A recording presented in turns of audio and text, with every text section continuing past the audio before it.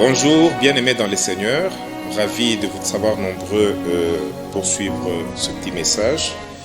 En fait, je voudrais partager avec vous ce jour une pensée que nous tirons de Éphésiens chapitre 1er, verset 9.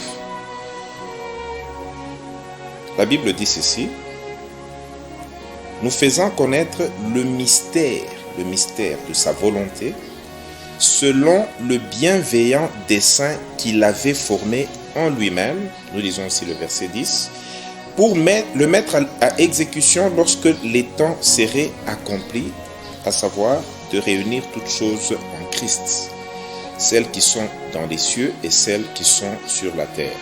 Alors, nous allons aussi ajouter un texte dans l'épître de Paul aux Romains. Nous allons lire juste les 3 premiers versets. Paul, serviteur de Jésus-Christ, nous sommes au chapitre 1er.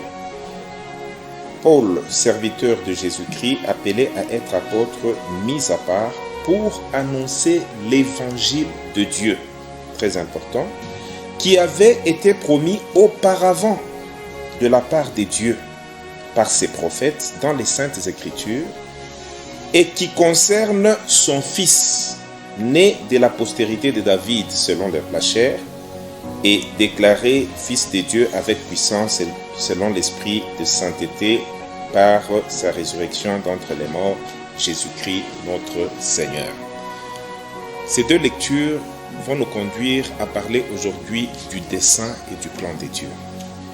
Bien-aimés, j'aimerais que nous soyons un peu conscients de quelque chose de fondamental quand nous abordons la vie chrétienne et même d'une manière générale quand nous pensons à Dieu.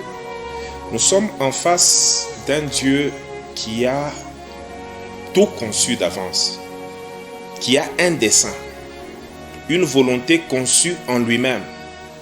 Et la Bible qualifie cela, quand nous sommes dans Éphésiens chapitre 1er, verset 9, d'un dessein bienveillant. Et la Bible nous dit aussi que il a commencé à le mettre à exécution lorsque les temps se sont accomplis. Donc vous comprenez qu'il y a un dessein que Dieu conçoit en lui-même. Ensuite, il y a un plan d'exécution de ce dessein-là. Ça, c'est fondamental. Pourquoi? Parce qu'il y a certaines personnes qui pensent que Dieu, un jour, il regarde, il pense que je vais faire ceci. Et puis un autre jour, il remet tout en question. Et puis il se dit, maintenant je vais faire ça. Non. Les grandes lignes de toute son action sont déjà bien conçues et bien planifiées. Dieu, c'est un Dieu qui conçoit et qui planifie et qui exécute sa planification. Et le savoir, c'est quand même fondamental parce que vous allez comprendre que rien de ce qui est grand n'arrive au hasard. Tout ce qui est grand, tout ce qui est important, tout ce qui a une valeur, une grande valeur, Dieu le conçoit, Dieu le planifie et puis Dieu l'exécute. C'est très important de le savoir. Alors, dans sa manière d'agir, Dieu commence par annoncer d'abord. C'est ainsi que quand nous lisons ici, la Bible nous dit qui avait été promis auparavant de la part de Dieu par ses prophètes dans les Saintes Écritures. Là, c'est le chapitre 1er des Romains, au verset 2. Et qui concerne son Fils. Ça, c'est le deuxième élément fondamental. L'évangile ne concerne pas beaucoup de choses. L'évangile concerne une personne, une œuvre et une destinée. La personne, c'est Jésus-Christ. L'œuvre, c'est l'œuvre de Jésus. Et la destinée, c'est là où Dieu amène toutes choses. Voilà ce qu'il faut d'abord retenir en grand. C'est que Dieu, c'est un Dieu qui conçoit un dessein. Il le planifie, ce qu'il a conçu.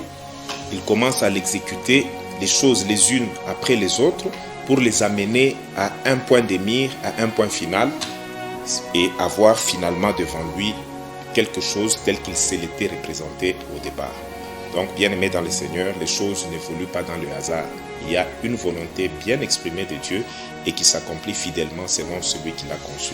C'est très bien de savoir cela. Que Dieu vous bénisse. Nous allons approfondir dans l'autre numéro.